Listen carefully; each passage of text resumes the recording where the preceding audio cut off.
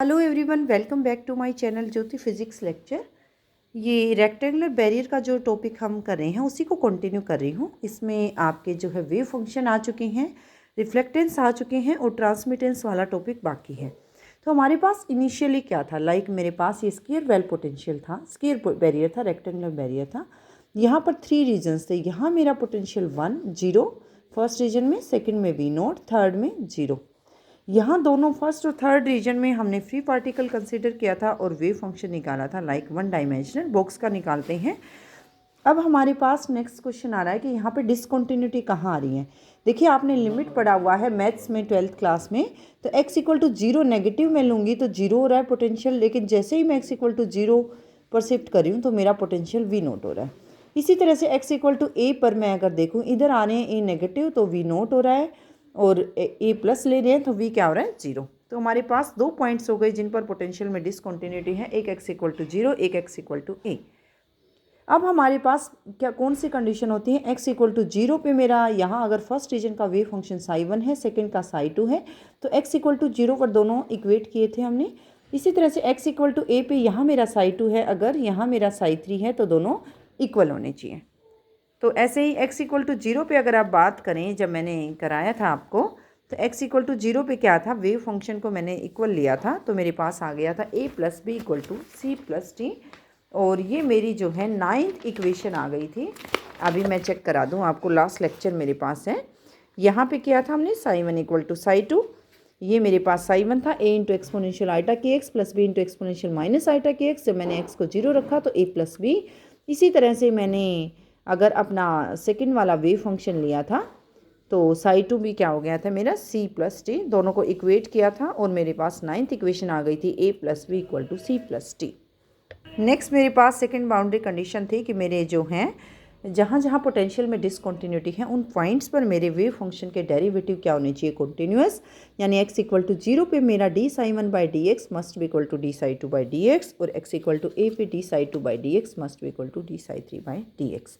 जब मैंने ये वाली कंडीशन लगाई थी तो मुझे क्या मिल रहा था, यस मेरे पास ये आ रहा था आयोटा के डेरिवेटिव जो था d psi1 by D X a into exponential iota K X minus b into exponential minus iota K X, that is equal to iota k dash c into exponential iota k dash x minus t into exponential minus iota k dash x। जब मैंने x equal to 0 पे लिया तो I was getting as iota k into a minus b that must be equal to iota k dash into c minus t। यहाँ से मेरे पास आया, लिख दिया मैंने iota k into a minus b that must be equal to iota k dash into c minus t। Iota से iota cancel out हो रहा है, आपका क्या रह गया, c माइनस टी की वैल्यू मैं निकालूँ k बाई के dash into a minus b, यही आया था। अब मैं क्या करना चाह रही हूँ, यहाँ से मैं C और D की वैल्यू निकालना चाह रही हूँ और C और D से मैं फाइनली F निकालना चाहूँगी। F मेरे पास यहाँ था कि फाइनल मेरे पास कितने पार्टिकल्स गए, ट्रांसमिटेंस वाला पार्ट निकालना है मुझे। यहाँ A प्लस बी है, यहाँ C प्लस टी है, यहाँ F वाला पार्ट है। G मेरा नहीं था क्योंकि थर्ड जो रीजन में कोई भी पोटेंशियल में डिसकंटिन्यूटी नहीं थी तो सारे ही पार्टिकल पास कर गए। तो फाइनल ट्रांसमिटेंस मैं अपना थर्ड रीजन में चेक करने वाली हूँ जिसका कोफिशिएंट F है। इनिशियल मेरे पास वही रहेगी, इंसिडेंट वेव A रहेगा, जैसा कि हम लास्ट 2 लेक्चर्स में डिस्कस कर चुके हैं। और ये लेक्चर्स मैंने प्लेलिस्ट में ऐड कर दिए हैं, BSc honours third same quantum mechanics में, वहाँ से आप पिछले दोनों लेक्चर्स देख सकते हैं। अब मैं क्या करने वाली हूँ, C प्लस डी मेरे पास है a प्लस बी, ये C माइनस टी है k बाई के dash into a minus b. मैं ऐड करने वाली हूँ 9th इक्वेशन को और इक्वेशन 30th को। जब मैं सब्ट्रैक्ट करूँगी तो d की वैल्यू आ रही है, ऐड करने से मुझे c की वैल्यू आ रही है।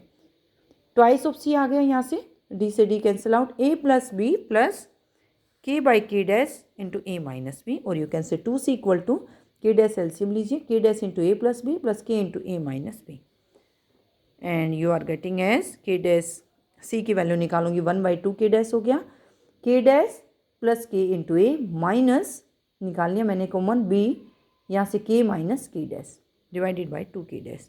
अब मैंने पहले जब c की वैल्यू निकाली थी तो मेरे पास c की वैल्यू यहाँ आ रही थी, क्वेश्चन 24 से कहाँ से आई थी अभी मैं बताती हूँ। c मेरे पास आ रहा है 1/2 k dash into k dash plus k plus f into exponential of eta k minus k dash into a।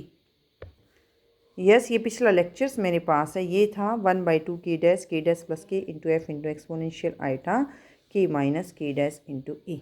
यहाँ से मेरी आई हुई है, this is my 24th equation. आगे देखते हैं। Now we can compare this two values of C. क्या क्या है मेरे पास सी की वैल्यूज़?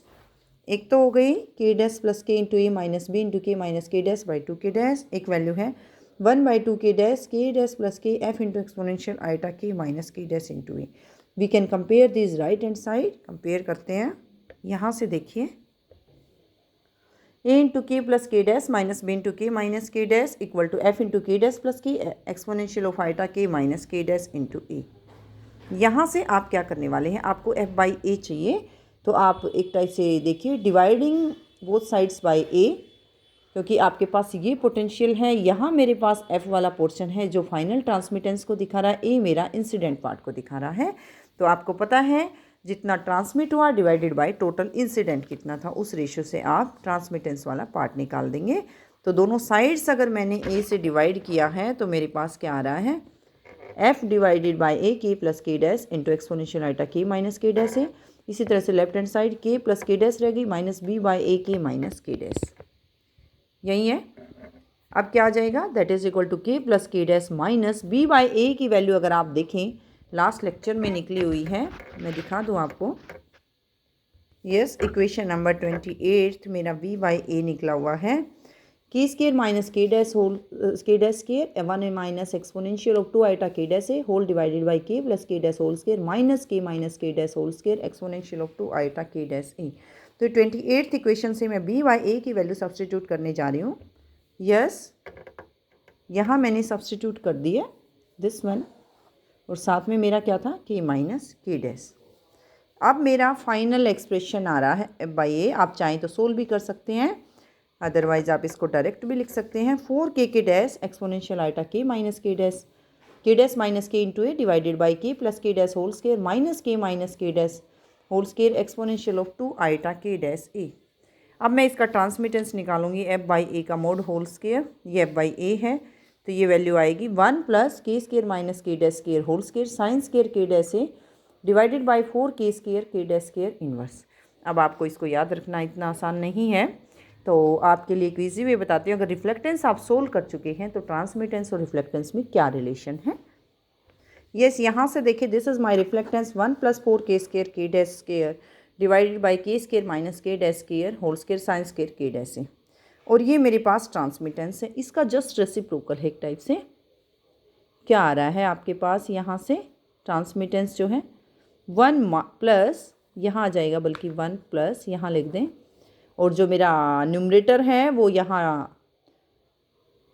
रिफ्लेक्टेंस में डिनोमिनेटर था के स्केयर माइनस के dash square whole square sine square k dash है, और यहाँ पे जो डिनोमिनेटर था वो न्यूमरेटर में आ रहा है के स्केयर माइनस के dash square sine square k dash है, और होल क्या आ जाएगा, इनवर्स।